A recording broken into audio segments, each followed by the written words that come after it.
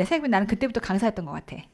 왜냐면 제가 이제 지금 와서 막 강사를 하고 유튜브에 막 떠돌아다니고 하다 보니까 유튜브에 안 떠돌아다녔으면 내가 뭐하고 사는지 잘 몰랐을 거야. 근데 서울대에서 같이 공부했던 동생들이 내가 막 애 낳고 회계법인 다니고 한참 이러다 보니까 한동안 연락이 안 됐을 거 아니에요. 근데 유튜브에 떠돌다 보니까 그리고 버스에 붙어 다니고 유튜브에 떠돌다 보니까 버스에 얼굴이 붙어 다닌대요. 안 봤어? 붙어 다녀. 예쁘게 나와. 그래서 우리 엄마 친구들이 우리 엄마한테 딸이 그렇게 이쁜 줄 몰랐대. 감사하다. 이게 메가의 힘이야. 공당에 있을 때는 한 번도 그런 걸 받아본 적이 없거든요. 근데 이제 메가에서 버스에다 붙여주고 버스에 붙일 때 가장 예쁜 사진을 붙여줬어요. 내가 지금 메가 온 지 3년 차니까 2년 전에 밝고 싱싱했던 나로 그다음에 보정이 다 들어간 형태를 붙여주니까 그냥 온천하에 우리 엄마 딸은 제일 이쁜 딸인 거죠. 지금 그렇지 않지만 어쨌건 내가 그때 이제 버스에 돌아다니고 유튜브에 돌아다니다 보니까 공무원 쪽에서 강의하는 거를 내 주변 회계사들이 알게 됐죠. 근데 다들 한결같이 하는 말이 너는 옛날부터 강사였어라는 얘기를 하더라고요. 그래서 생각해보니까 그랬나 생각해보니 서울대에서 공부할 때도요. 제가 서울대생이 아니에요. 연대생이에요. 근데 집이 봉천동이었어요. 집이 서울대 입구였거든요. 걸어 다닐 수 있을 정도의 거리, 지적 거리. 그러다 보니까 독서실비가 없었어요. 이유는 딱 그거 한 가지야. 두 가지야.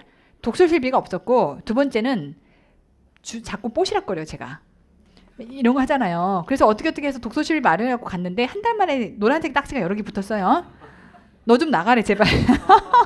너 때문에 시끄러워서 공부를 못하겠대. 그러니까 정말 너무 스트레스가 되는 거예요. 왔다 갔다 할 때도 까치발로 다녀야 되고 저는 계산기를 탁탁탁 두드리는 이 맛이거든요. 왼손으로 두드리면서 그래 난 회계사가 될 거야. 난 왼손으로 두드릴 수 있으면서 막 두드려요. 그냥 계산할 수 있는 것도 막 계산기를 두드려요. 이 재미가 있는데 이거에 막 노란 딱지를 막 붙이고 다니니까 시끄럽다고 뭐라고 하니까 독서실에 공부를 못하겠더라고요. 근데 도서관은 그렇지 않거든요. 공부할 때도요. 정말 믿기 어렵겠지만 힐 신고 공부하러 간 적도 가끔 있어요. 왜? 내가 스스로가 너무 구린 거야. 맨날 운동화에다가 가방 메고 대부분 그러고 다녔지만 내 자신이 너무 힘들 때는 어느 날 힘주고 가서 도서관에 앉아갖고서 다리 꼬고 앉아서 공부한 적도 있어요. 쟤는 뭐 하는 애지라고 생각할 정도로 가끔 한 번 맨날 그런 건 아니고 그러니까 그럴 정도로 약간 이 종류가 다른 거 인간 종류가. 그래서 서울대 그 중도는 너무 약간 칙칙했어. 고시생들이 막 자기 칸막이 만들어 놓고요. 각대기도 아니고 뭐라지? 이걸로 칸막이 만들어 갖고서 막 각자 공부해요. 근데 이제 경영대 도서관이 그때는 자유롭게 출입이 가능했거든요. 그래서 제가 경영대 도서관에 들어가서 공부했어요. 타대생인데.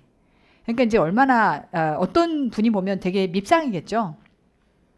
아닌 것 같아. 게다가 심지어는 경영대 도서관에서 회계사 시험 1차를 준비한다고 스터디를 모집한대요. 그럼 또 거기 들어갔어요. 들어갔는데 거기 대학원생 오빠야가 그걸 만든 조직이었는데 딱 들어보니까 이렇게 해서 못 붙을 것 같은 거야. 그래서 그날 첫날 가고서 이렇게 하면 못 붙는다. 1년 안에 공부하려면 어떻게 이렇게 붙냐. 공부를 해본 적도 없지만 그 공부 양을 소화하려고 보니까 이건 안 될 것 같더라고. 그래서 이렇게 하는 건 아닌 것 같고 이렇게 해야 맞을 것 같아요. 라고 해서 눈 똑바로 뜨고 얘기를 했더니 대학원생 오빠야를 중심으로 해서 나머지 4명의 사람이 있었는데 한 명은 저 동기고요. 나머지는 전부 다 동생들이었거든요. 동생들이 저 누나가 올소이다가 된 거예요. 그래서 그 오빠야가 나가고 내가 스터디 짱이 됐어요. 근데 이제 나와 동갑인 서울대 경희대생 남자애는 버티고 있었던 거죠. 그래도 네 말이 틀린 건 아니니까. 그래서 이제 나와 함께 4명에서 5명에서 스터디를 이제 하기 시작했어요. 근데 이제 동생들의 열화와 같은 이 추앙에 힘입어. 저 누나 따라가면 붙을 것 같다라는 추앙에 힘입어서 동생들 보기에 누나가 별건 아닌데 연대생이라고 하는데 지금 여기 완전 아닌데 너무 말을 똑부러지게 하는 거죠. 그래서 뭐든지 나한테 와서 물어봤어요. 그게 어떻게 보면 지금 생각하니까 강사가 될 감이었다라는 게 거기서 얘기가 나오는 건데 뭘 물어보기 시작하니까 이제 약간 분위기가 쟤한테 물어보면 다 알려줘. 이게 된 거예요. 그러면 다른 사람들도 와서 물어봐. 너 이거 풀 수 있니? 심지어는 뭐도 물어보냐면 경제 수학도 물어봐요. 과학고인 게 소문이 난 거야. 그래서 누나 왜 이렇게 잘해요? 그랬더니 내가 이거 수학적인 게 좀 마인드가 좀 있어. 했더니 어떻게 이런 게 있어요? 내가 사실은 문과생처럼 보이지만 과학고 나왔거든. 이라고 했더니 저 누나 과학고생이래. 미적분도 할 줄 안돼. 같아가지고 경제 수학 안에 미분이 있는데 애들 또 미분을 못 푸는 거예요. 그래서 갖고 와서 막 물어봐. 그 정말 아직도 생각나. 중도에서 그 경희대 도서관에 앉아갖고서 미분을 설명을 해줬어요. 이건 이렇게 하는 거다. 그래서 정말 경애의 눈빛으로 막 나를 보면서 내가 받았던 질문 중에 하나가 뭐였냐면 정말 솔직하게 딱 같이 공부했던 동생이 나한테 나중에 그게 물어보더라고요. 누나 진짜 궁금한 게 있는데 누나 어떻게 서울대를 못 왔어요? 라고 물어보는 거예요. 그때 내가 뭐라고 할게요? 못 온 게 아니야. 안 간 거지. 못 간 거다. 못 간 건데 그때는 못 간 거 아니야. 안 간 거지. 이러고 했더니 그러게 누나 너무 신기하다고. 그러니까 등등. 그때도 내가 막 가르치면서 공부를 했던 것 같아요. 근데 이제 내가 돌이켜서 이 얘기를 한 이유가 뭐냐면 공부는 내가 누구를 가르칠 수 있을 때 설명할 수 있을 때 제일 강하게 머릿속에 남아요. 그 결과적으로 보니까 내가 1차 때도 회계사 1차 때도 2차 때도 회계세법 점수가 되게 높았거든요. 그 이유가 뭔가 봤더니 어떤 땐 그런 생각도 했어요. 누가 나한테 자꾸 와서 물어보면 내 시간이 뺏겨. 아깝지. 근데 잘 생각해 보니까 나중에 돌이켜 생각해 보니까 내가 이 사람한테 설명할 수 있으려면 정확하게 알아야 되거든요. 그리고 거기에 대한 충분한 고민이 필요하거든요. 근데 그렇게 공부를 하고 나니까 내 스스로 했지만 공부를 하고 나니까 그게 되게 오래 남고 제대로 남았던 것 같아요. 그러니 지금 생각해보면 빨리 막 해갖고 문제 막 빨리 풀고 대충 그냥 그런 것대로 빨리 가는 게 빠른 길일 것 같지 절대 그렇지 않아요.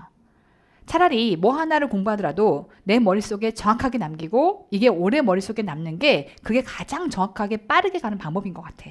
제가 그때 경험을 해보니까. 근데 그렇게 하고 나니까 1차 때도 회계세법 점수가 굉장히 높았고 2차 때도 굉장히 점수가 높았고 보통 60 몇 점 맞으면 합격하거든요. 근데 저는 1, 2차 전부 다 회계세법 점수가 80점대가 넘었어요.